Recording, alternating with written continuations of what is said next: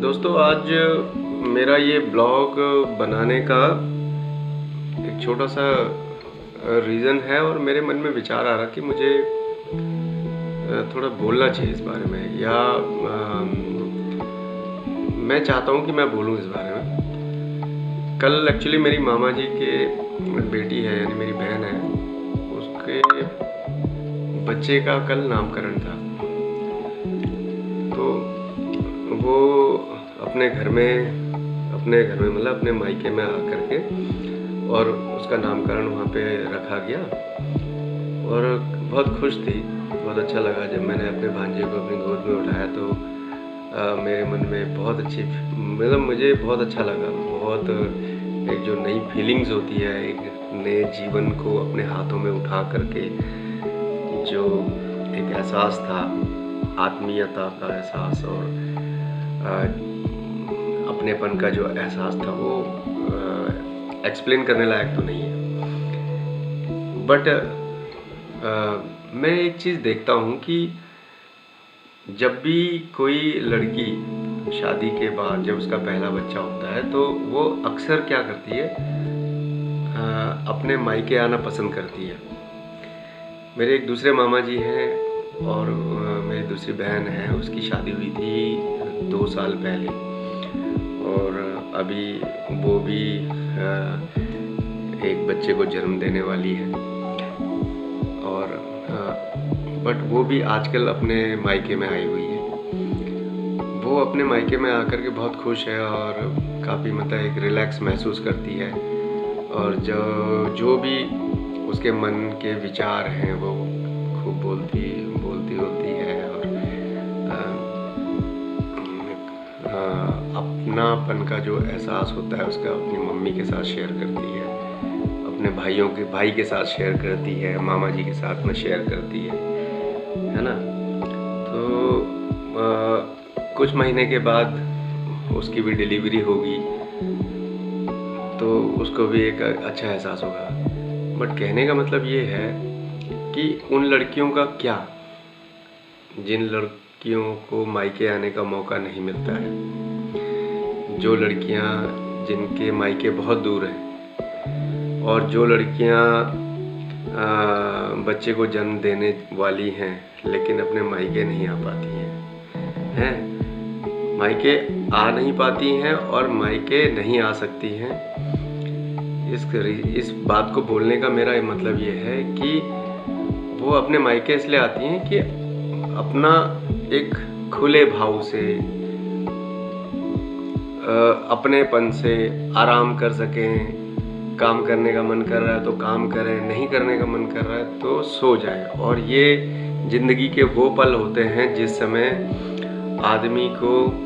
या आदमी को तो छोड़ो, आदमी को तो काम करना ही करना है, लेकिन जो लेडीज़ होती हैं, औरतें होती हैं, नारियां होती हैं, ठीक है, बहनें होती हैं, उनको इस वक्त बहुत आराम की ज़रूरत होती है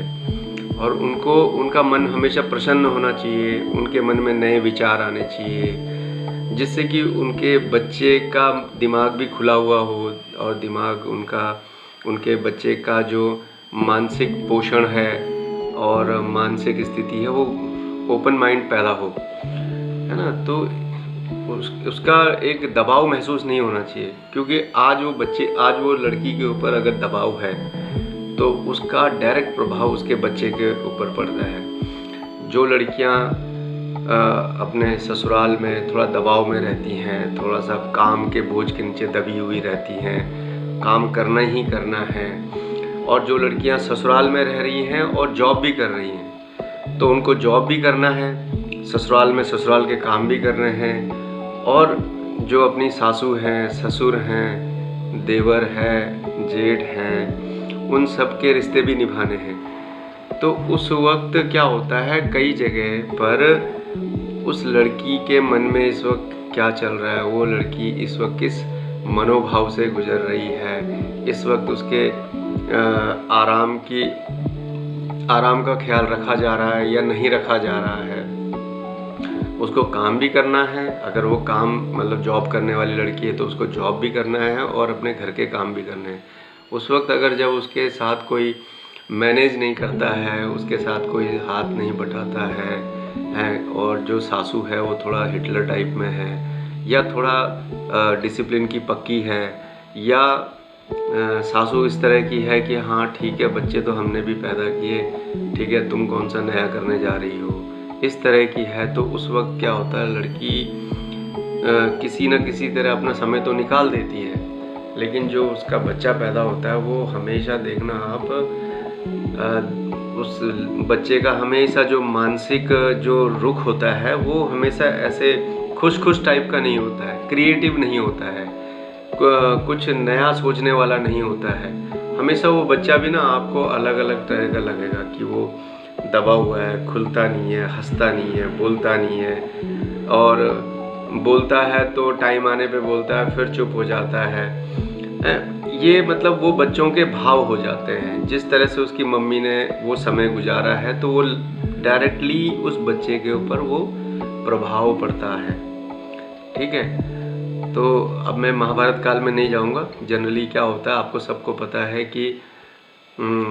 हमारे जो वेद हैं, हमारे जो क्या काव्य हैं, उनमें ऐसी चीज़ें बहुत हैं कि हमारे आज का जो व्यवहार है, आज का जो हम एक दूसरे के साथ जो व्यवहार करते हैं उसका डायरेक्ट प्रभाव हमारी आने वाली पीढ़ी पे पड़ता है। कैसे पड़ता है वो, या तो डायरेक्टली गर्भावस्था में पड़ता है, या हमारे घर में जो बच्चे रह रहे हैं उन बच्चों को भी दिखता है कि हमारे माता पिता, हमारे दादा दादी, हमारे पड़ोस किस तरह की बातें करती है, तो वो क्या होती है, ट्रांसफ़र होती है अगली जनरेशन में। तो जिस तरह हम करते हैं उसी तरह के प्रभाव अगले जनरेशन में ट्रांसफ़र हो जाते हैं। तो सिंपली मैं उसमें नहीं जाऊँगा। तो मैं ये बोलूँगा कि जो लड़कियाँ अपने घर, अपने माँ के पास आकर के अपना आरामदायक समय गुजार करके एक हेल्दी डिलीवरी देती हैं और एक हेल्दी बच्चा पैदा करती हैं, अपने हेल्दी मेरे कहने का मतलब शरीर से ही नहीं, दिमाग से भी है, सोच से भी है, आँखों से भी है ना, इस तरह का अगर हेल्दी बच्चा देती हैं तो वो एक बहुत अच्छी बात है। लेकिन जो लड़कियाँ अपने घर नहीं आ सकती हैं, हो सकता है उनकी जॉब हो, उस जॉब को छोड़ करके वो तुरंत ही 6-7 महीने के लिए जॉब छोड़ करके अपने मायके नहीं आ सकती है, उसको ससुराल में ही रहना पड़ेगा। तो मैं ऐसे लोगों से, या वो ससुराल में जॉब नहीं भी कर रही है, ससुराल में रह रही है, लेकिन काम तो करना ही पड़ता है ना, तो उस समय मेरी ये मेरा मन की बात है, मेरे मन की बात है ये, है ना, कि उस समय जो सासू जी हैं या घर में जैसे जेठानी हैं या जो ननद है ना, इन लोगों को हमेशा फील करना चाहिए कि आज अब आने वाले समय में हमारे घर में एक नया मेहमान आने वाला है। उस नए मेहमान का स्वागत बहुत खुशी खुशी होना चाहिए, और जब वो मेहमान आएगा उस समय नहीं, वो खुशी उस दिन से हो जानी चाहिए जिस दिन से हमें पता चल जाता है कि हमारे घर में एक नया मेहमान आने वाला है या आने वाली है ना। तो उसी दिन से वो जो लड़की है उसको इतनी खुशियाँ दो, उसको ऐसा फील कराओ कि तुम्हें घर जाने की या अपने मायके जाने की कोई ज़रूरत नहीं है, ठीक है, और उसको यहीं पर इतनी खुशियाँ दो कि जो उसके मायके वाले लोग हैं उन सबको यहाँ आकर के बहुत खुशी होनी चाहिए कि हमारी बेटी को घर आने की ज़रूरत भी नहीं पड़ी, ना ही उसने बोला कि मुझे घर आना चाहिए, है ना। कई लड़कियाँ क्या होती व्यक्त कर देती हैं कि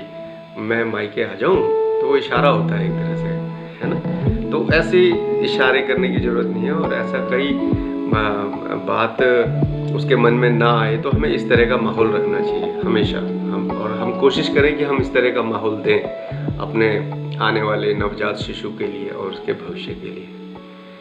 धन्यवाद।